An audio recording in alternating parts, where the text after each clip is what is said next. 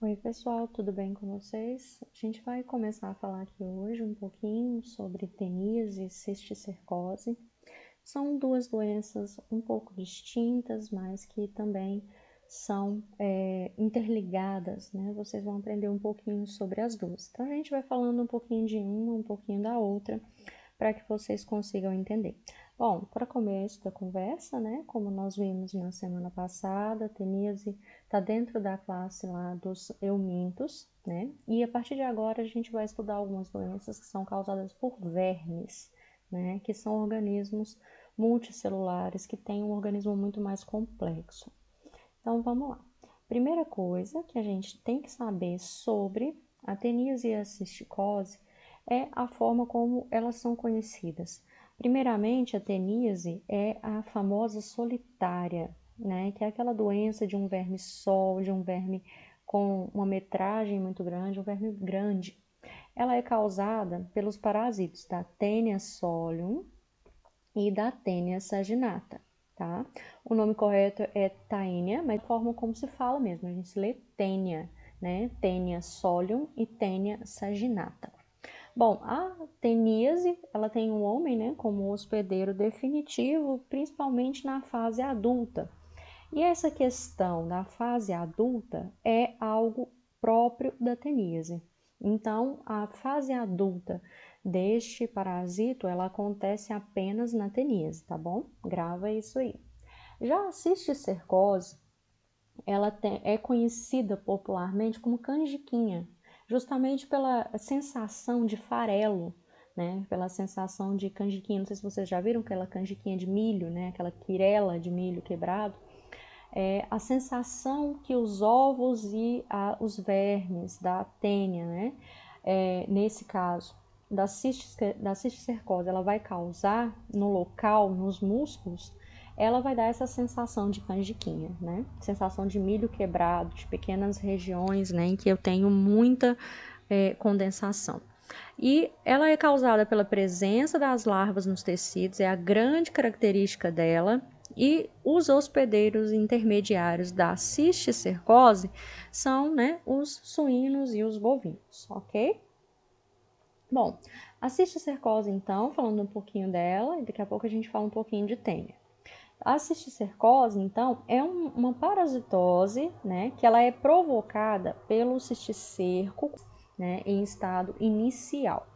Então, ela é causada pela presença, né, desses cisticercos da Taenia solium, tá? Que é a tênia do porco. Ela não é do porco, vocês vão ver aqui, mas a gente associa, porque é a única que vai ter a interação com o porco, com os suínos, é a Taenia solium.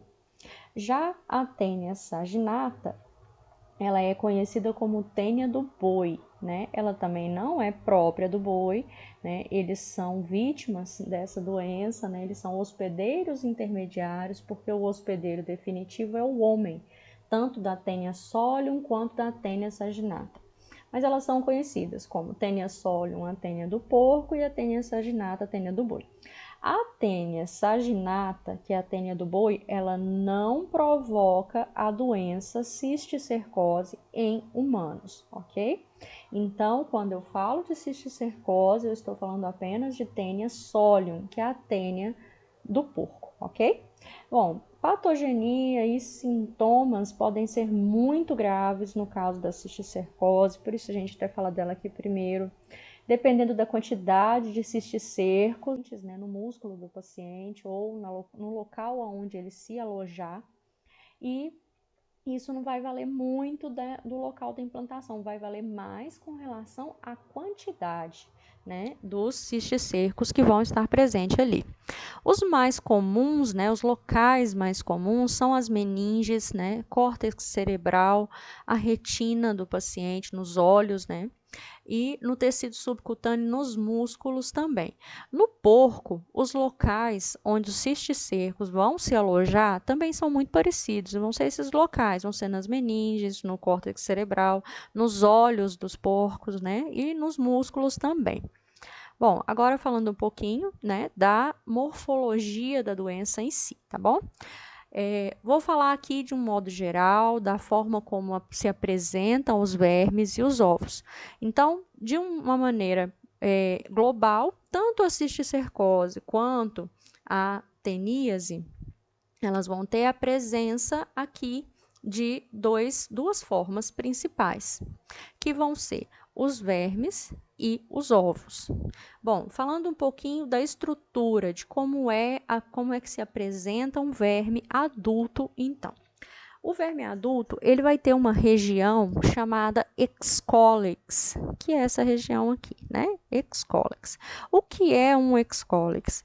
Um excólex é a região como se eu dissesse que é a cabeça desse verme, né? É a ponta mais na extremidade do verme. É a região pela qual ele se orienta e pela qual ele se movimenta, tá? No caso, ele vai ter uma dilatação nessa extremidade. Essa dilatação quer dizer que ele é expandido. Então, nós vamos ter lá, por exemplo, né, um verme que vai ser cilíndrico e comprido.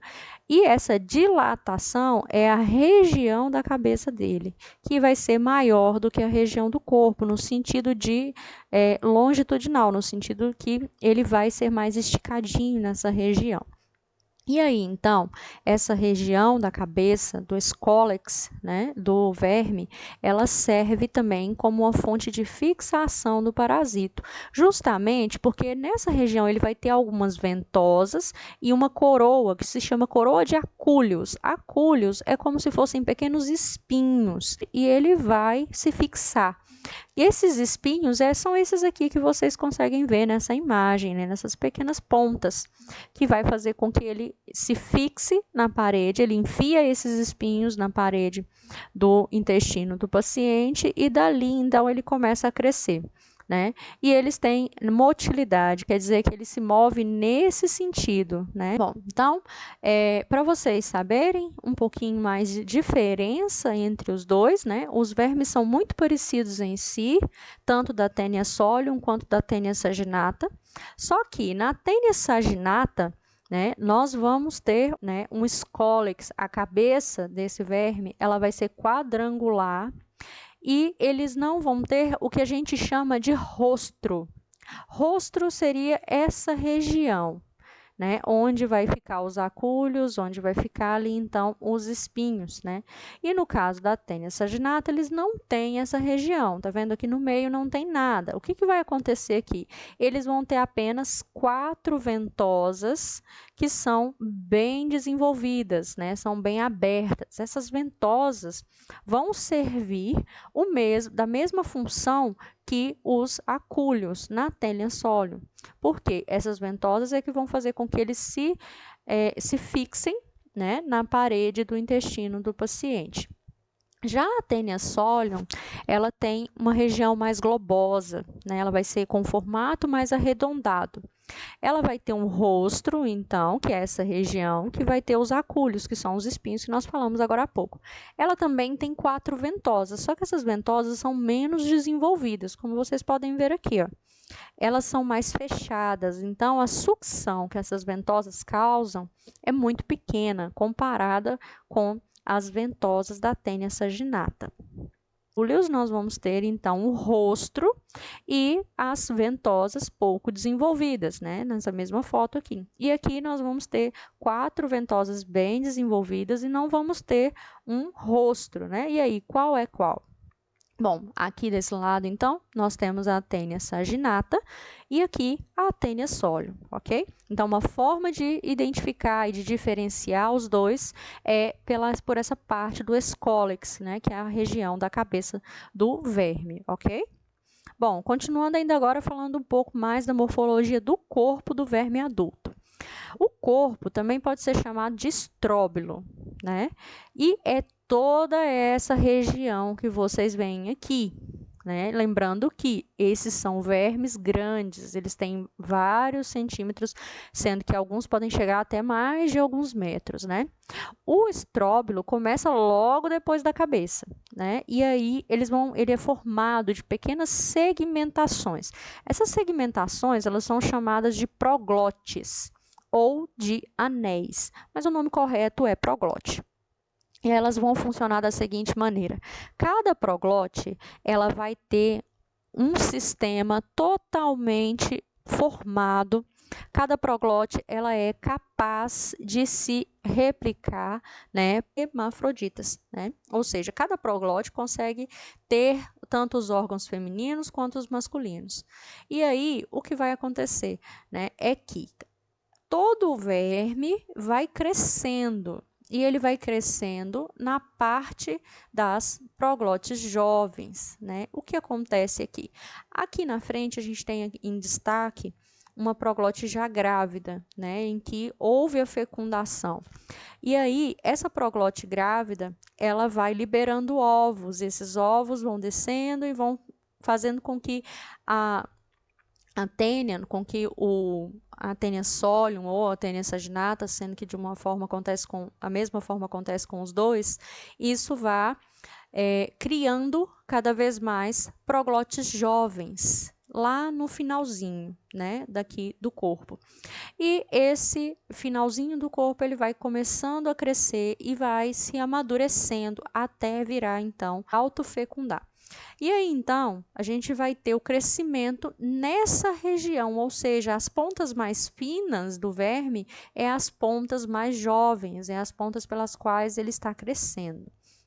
Bom, então, nós vamos ter aqui por volta de 700 até 900 centímetros na tênia solium, ela pode chegar até 3 metros, né? A tênia saginata por volta de 1.000 a 2.000 centímetros, podendo chegar até 8 metros, né? E elas ficam enoveladas, elas vão, algumas, dependendo do local onde ela está, elas podem, como eu acredito que já falei para vocês, elas podem crescer tanto do estômago até chegar até o cérebro do paciente, né? Então, as tênias são muito grandes e isso é uma grande característica delas, que vão diferenciar elas de qualquer outro tipo de verme, tá? E, como nós já falamos na semana passada, elas têm órgãos internos que são muito bem desenvolvidos, elas têm um sistema bastante complexo, né? Nesse esquema aqui, vocês podem ver uma proglótide que está aqui em destaque. Essa proglótide, ela mostra aqui todo o sistema que há dentro de cada uma delas.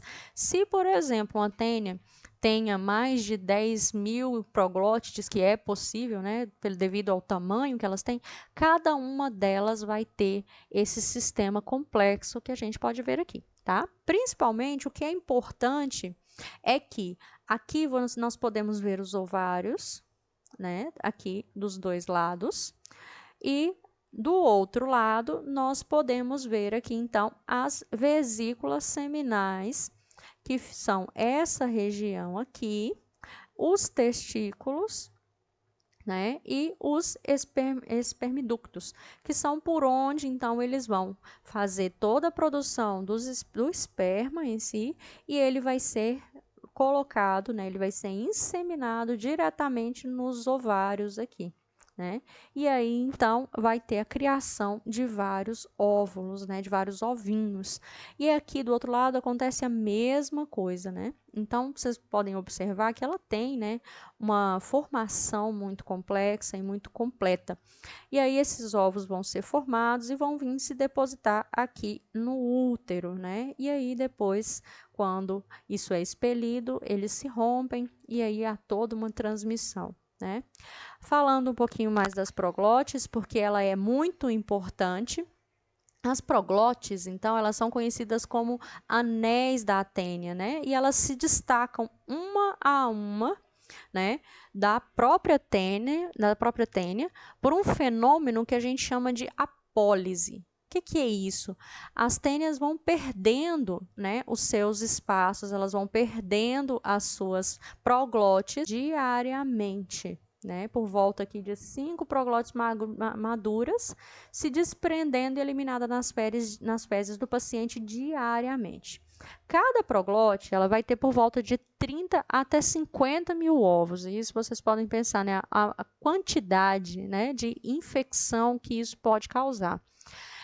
As proglotes da tênia solium, costumam ser menores, elas são bem mais curtas e têm umas ramificações maiores, ou seja, o que nós vemos aqui, né, essas ramificações na Taenia solium, isso vai ser muito maior em comparação com as Taenias saginatas. Vou mostrar aqui para vocês. Já os ovos são iguais para qualquer uma das duas, tá? A saginata vai ter muito mais ramificações, como vocês estão vendo, do que a Taenia solium.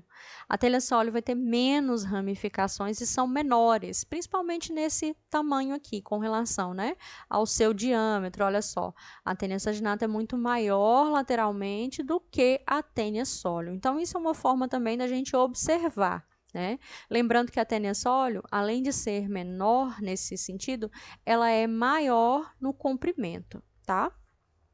Bom, falando um pouquinho mais, né? A Taenia saginata, ela aumenta, né? Ela cresce de 9 a 12 proglótides, né? A cada ciclo em que ela vai, então, ficar grávida e liberar os ovos, e esses ovos vão, então, crescer.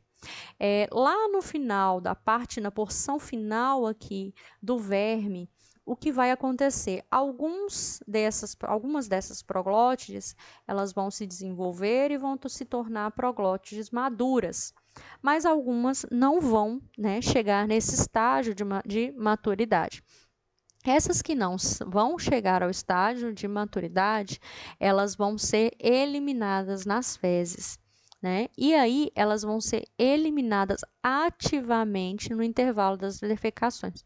Proglótides da Taenia saginata, quando o paciente vai defecar, entre uma pausa e outra, elas saem por si só. Elas não precisam de nenhum empurrão, elas não precisam de nenhum esforço do paciente. Elas saem por si só. Já da Taenia solium, né? Elas vão sair de forma passiva, junto com as fezes.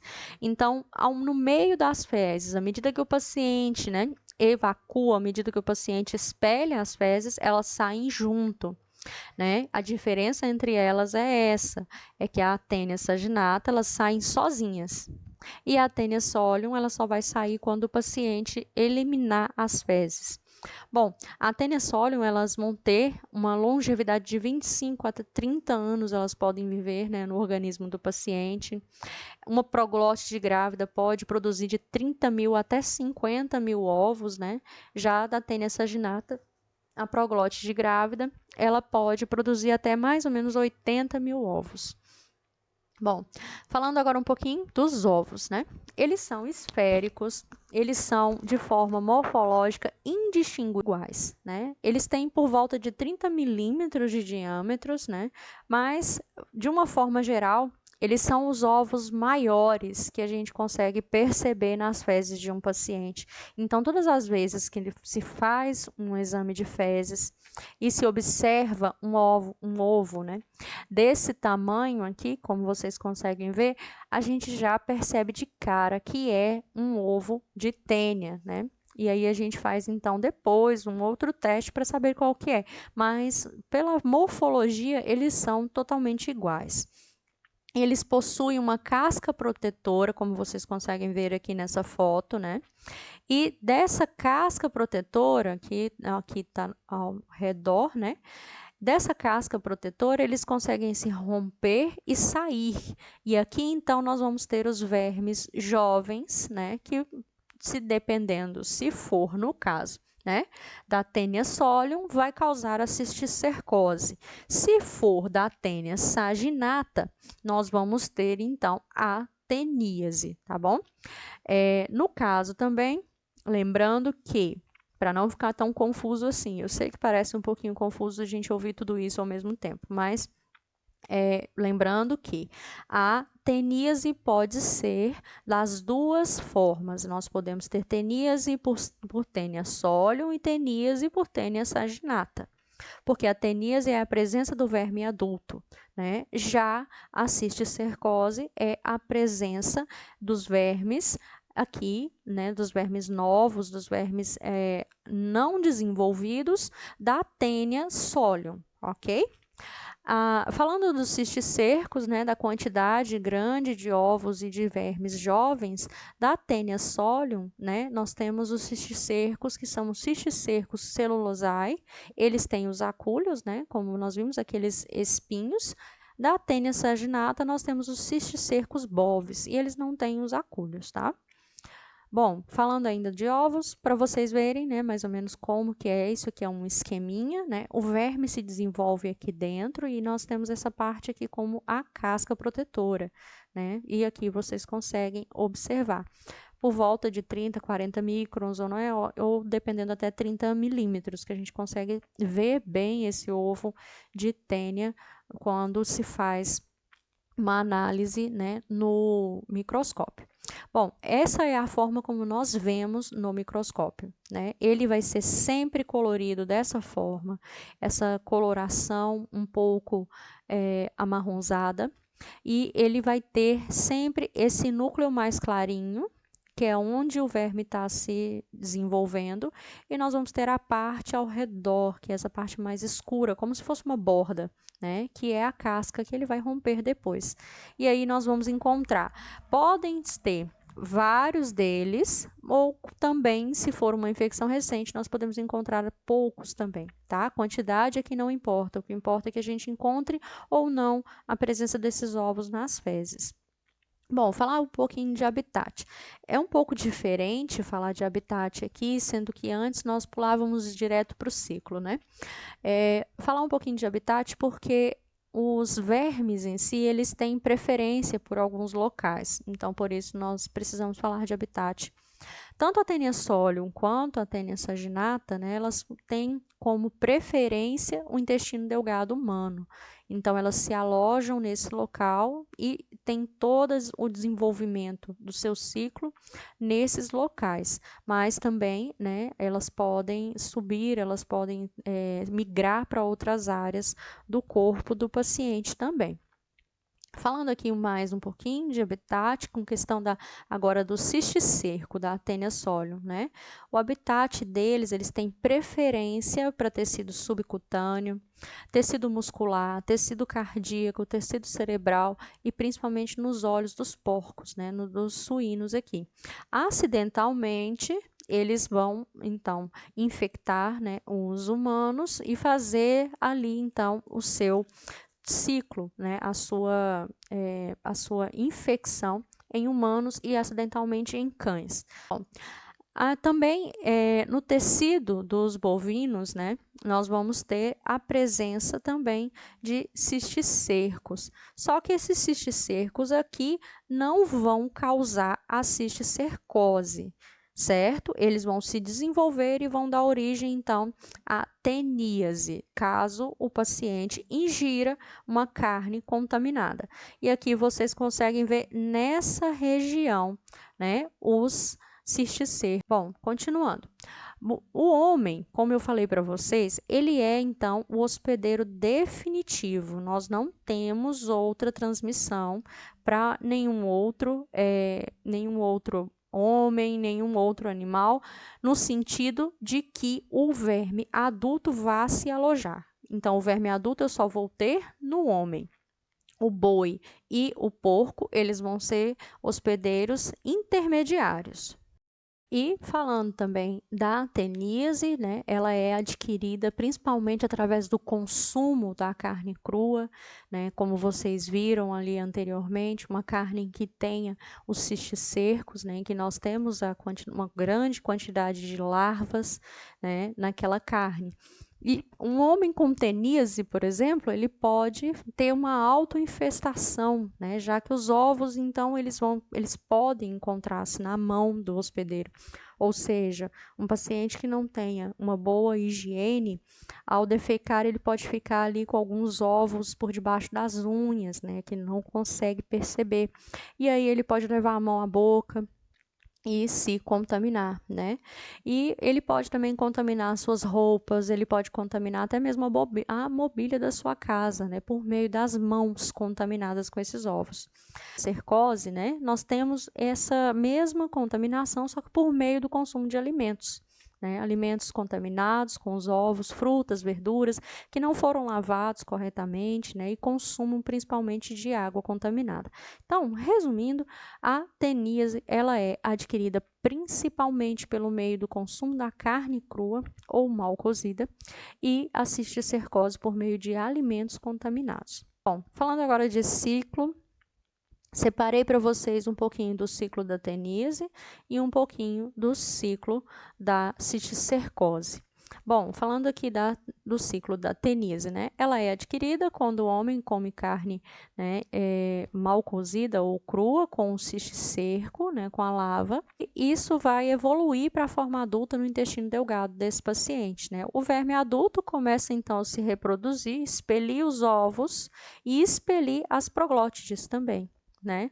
E aí elas vão ser excretadas nas fezes e podem contaminar o solo, ou seja, então como que vai acontecer aqui? Tudo vai depender da presença das proglótides e dos ovos, né? Sendo que cada proglótide tem de 80 até 100 mil ovos.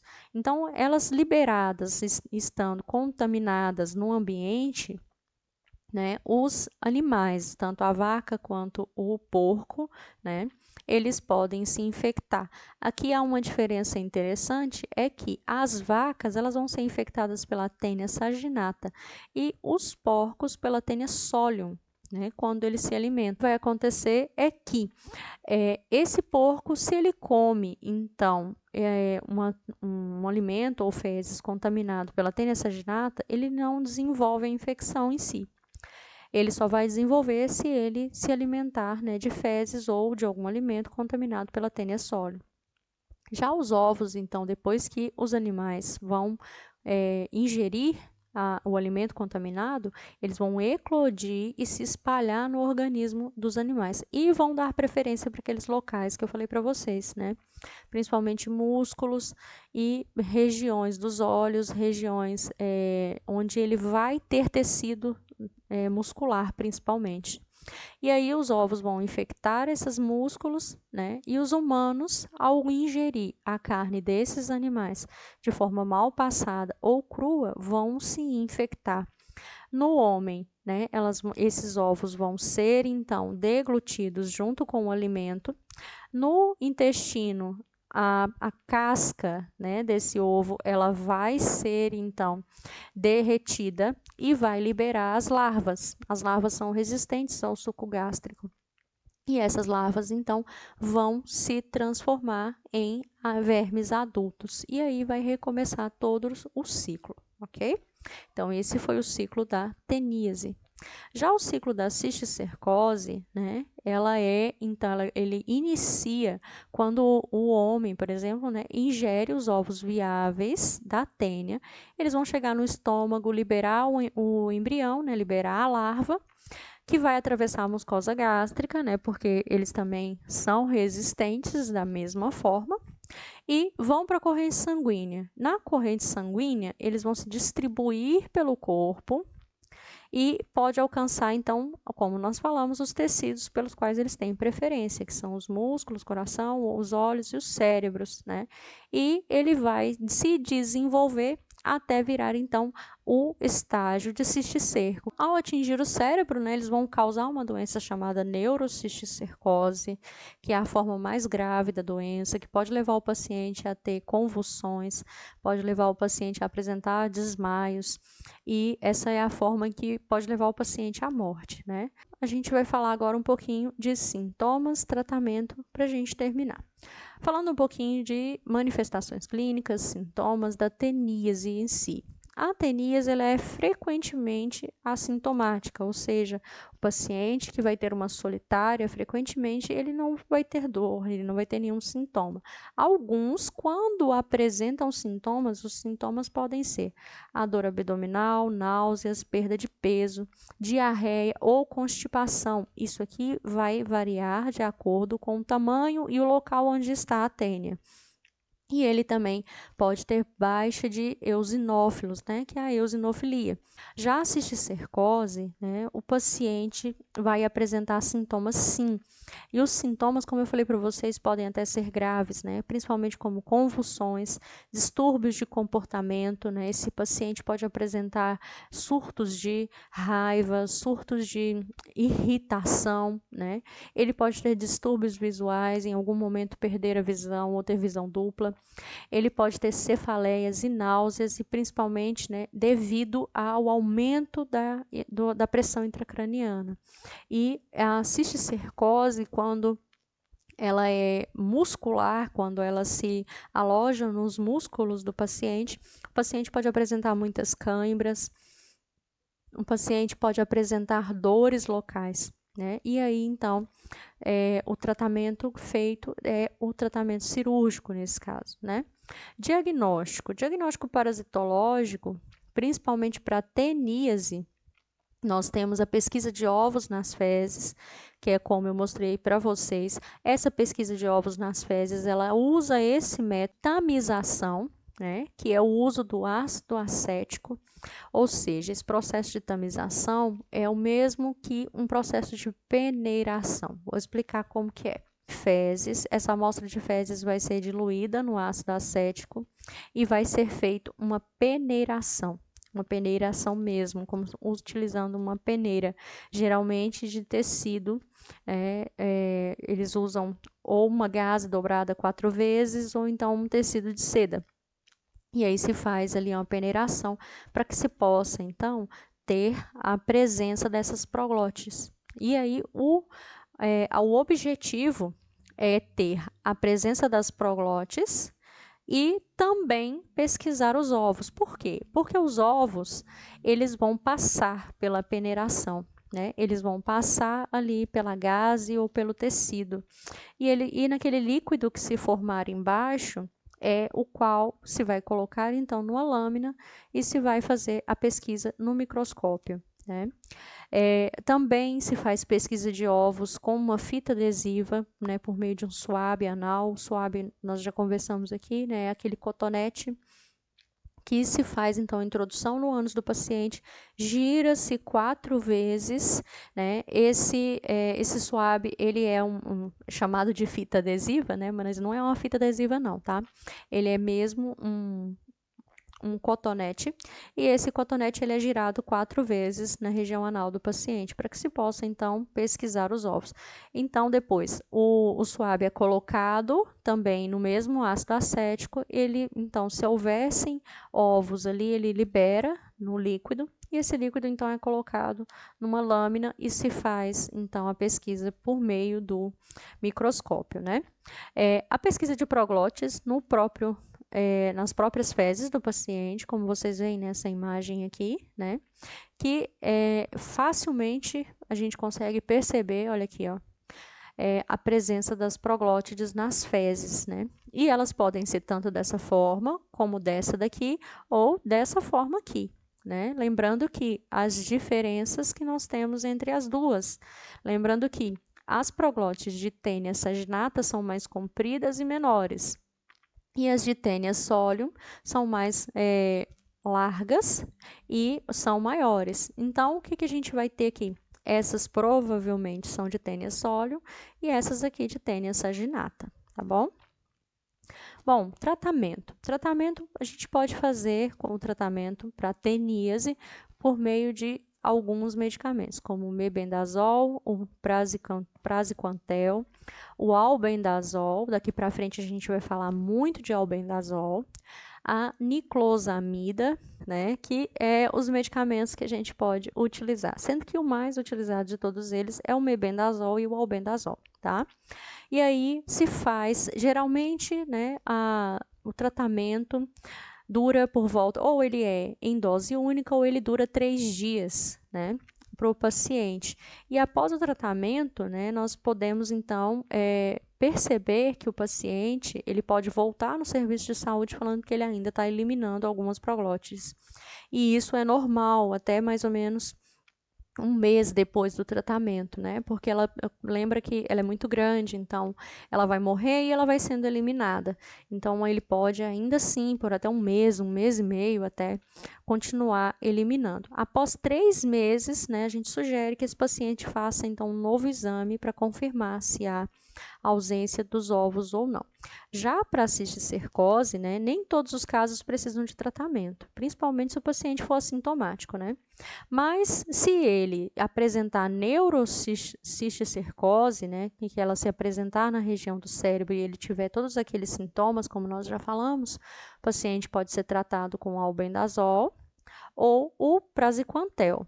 E aí, então, o tratamento vai ser um pouco maior, de 15, né, a 30 dias para o albendazol e de 15 a 21 dias para o praziquantel. Além de alguns antiparasitários, também se indica o uso de alguns corticoides para esse paciente, principalmente como a dexametasona, né? E a prednisona para esses pacientes, principalmente para diminuir o edema cerebral que vai acontecer, né, devido ao processo inflamatório. Já nos casos da cisticercose muscular, como eu falei para vocês, o melhor é fazer a retirada cirúrgica dos cisticercos, né, para esses pacientes. Bom, profilaxia é que, como é uma doença de distribuição mundial, ela é encontrada em todos os locais, mas ela está altamente relacionada à condição sanitária da população. Então, o controle principal é o controle da carne humana, né? Os hábitos alimentares, não ingerir carne crua ou mal cozida. Consumir água tratada, como nós já falamos, né, que a água tratada ela é um método de profilaxia para a maioria das parasitoses. Lavar bem as mãos, questão de higiene, principalmente após usar o banheiro. Lavar bem os alimentos, né, com verduras, frutas, hortaliças. E também limpar, né, e irrigar as hortas com água limpa. Não adubar com fezes humanas e nem fezes de porco ou de vaca. Construir sanitários, né, com fossa séptica nos locais onde a gente não tem uma condição sanitária muito boa, realizar tratamento de efluentes de esgotos para que a água e o solo não sejam contaminados e exames periódicos, né, em moradores de áreas rurais. Vocês tenham entendido, qualquer dúvida vocês me procurem e até mais. Obrigada.